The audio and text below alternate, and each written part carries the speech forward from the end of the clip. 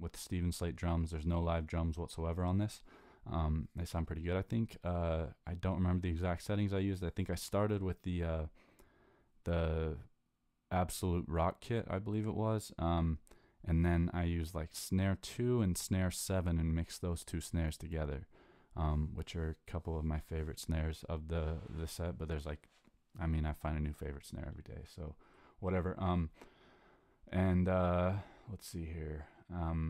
What we're gonna do is basically we've have some drum tracks. Oh, by the way, these are drums that are from my friend of mine's band called All Over Again, whose CD I'm recording right now. So I'm gonna be posting some of their songs on my blog once they're finished. So be sure to check those out.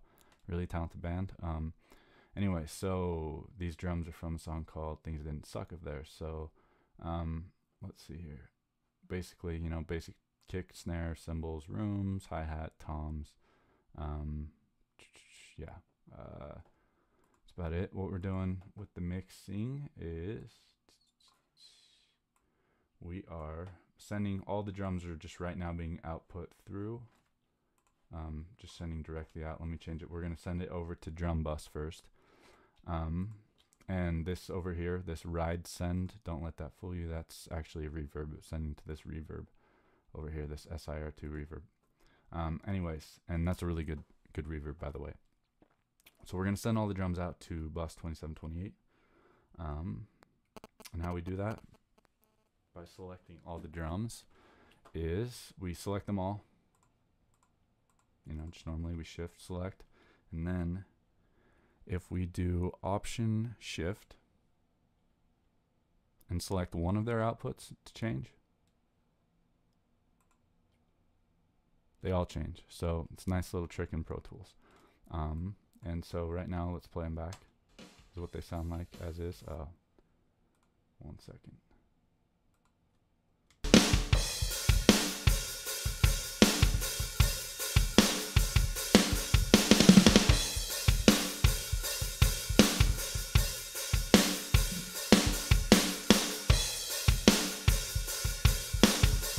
Sound pretty good right now. But what we're going to do is compress and parallel compress. Now, the problem is, let's say, well, first of all, I'm going to show you how to send all the audio tracks into a second bus, which is a neat little feature of Pro Tools that's not easy to find. If you hold Option Shift Control while selecting the output of all the channels, what will happen is you get to select the second channel for output as well. So let's try that.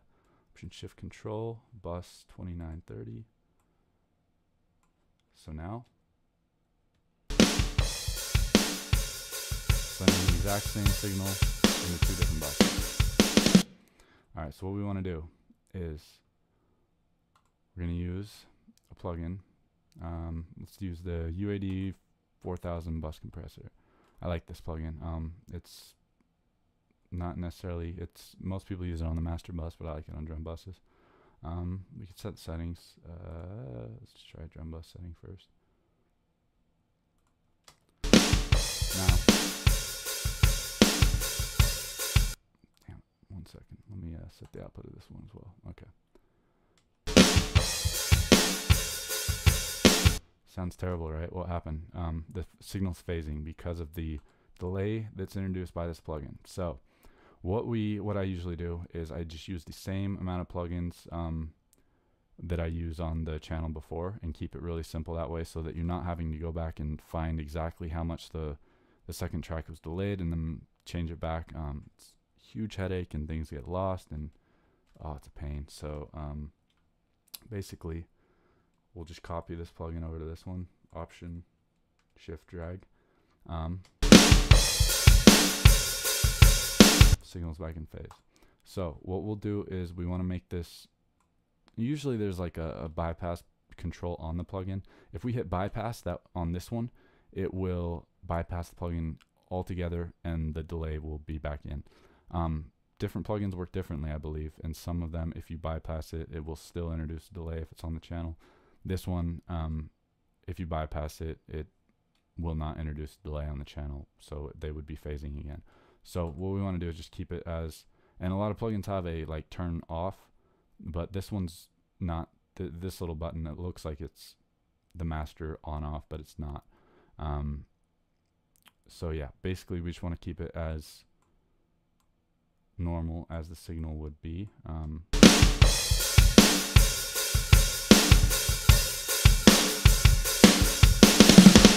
So it's not really compressing the sound whatsoever on this channel now, which is what we want.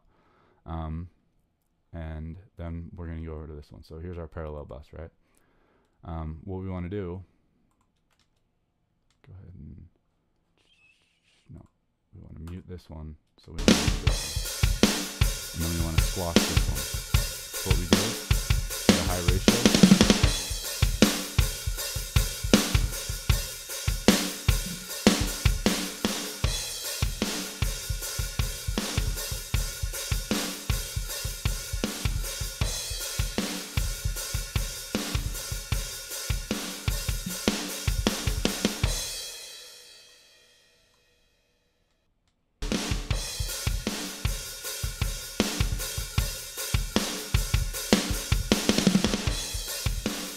We want the transient to be able to punch out basically, and then we're going to mix the signal back in.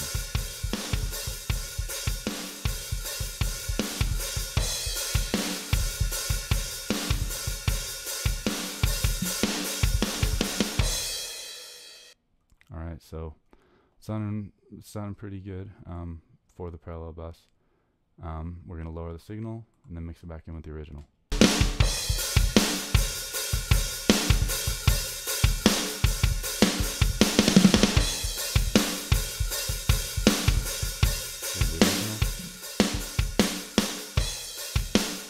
And then with the parallel bus.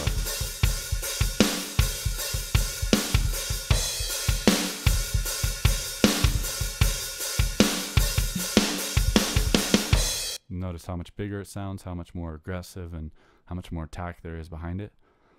That's our goal. So basically what I would do now is I would send both of these to 2 different audio channels or the same audio channel and kind of combine them, and then I would have a master drums to work from. That way I like to keep the sessions clean, because I get disorganized very easily and very quickly. So I like to bust things into consolidated groups, I guess. Which, I mean, it sucks in a couple ways. You won't be able to send individual instruments out to, let's say, reverbs that we're mixing everything in with, but at the same time, you know, you can send the whole audio channel that we consolidate into to that reverb anyway, so it's not like a huge deal, I don't think. But anyway, so yeah, I would send this into audio. One other thing that I like to do though with the parallel track is I like to EQ it a little bit. This plugin in particular, the DSP filter bank, doesn't add too much of a delay, so it's not really noticeable, at least to my ears. And basically what I like to do is I like to up the gain at about 100, and then over at around 10K or so for the cymbals, just a small nudge, but basically it'll make it a lot thicker, a lot punchier. I mean, this is basically gonna affect the kick and the snare mostly, make those 2 punchy down here. So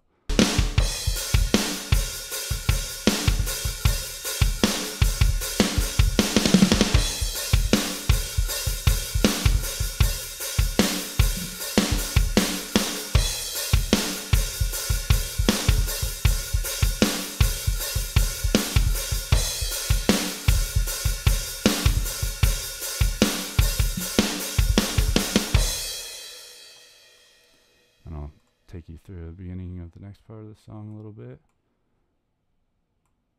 Make sure that everything's still kind of sounding big, punchy in your face. Yeah,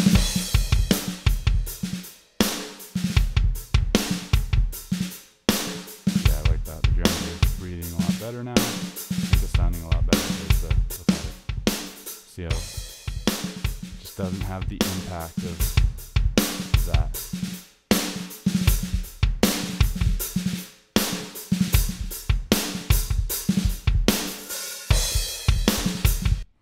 So anyways, that's basically it. Hope you learned something from this tutorial, and be sure to check out resistthesilence.com for more Pro Tools mixing, engineering tutorials. And yeah, hopefully you got something out of it, and I'll see you next time. Later.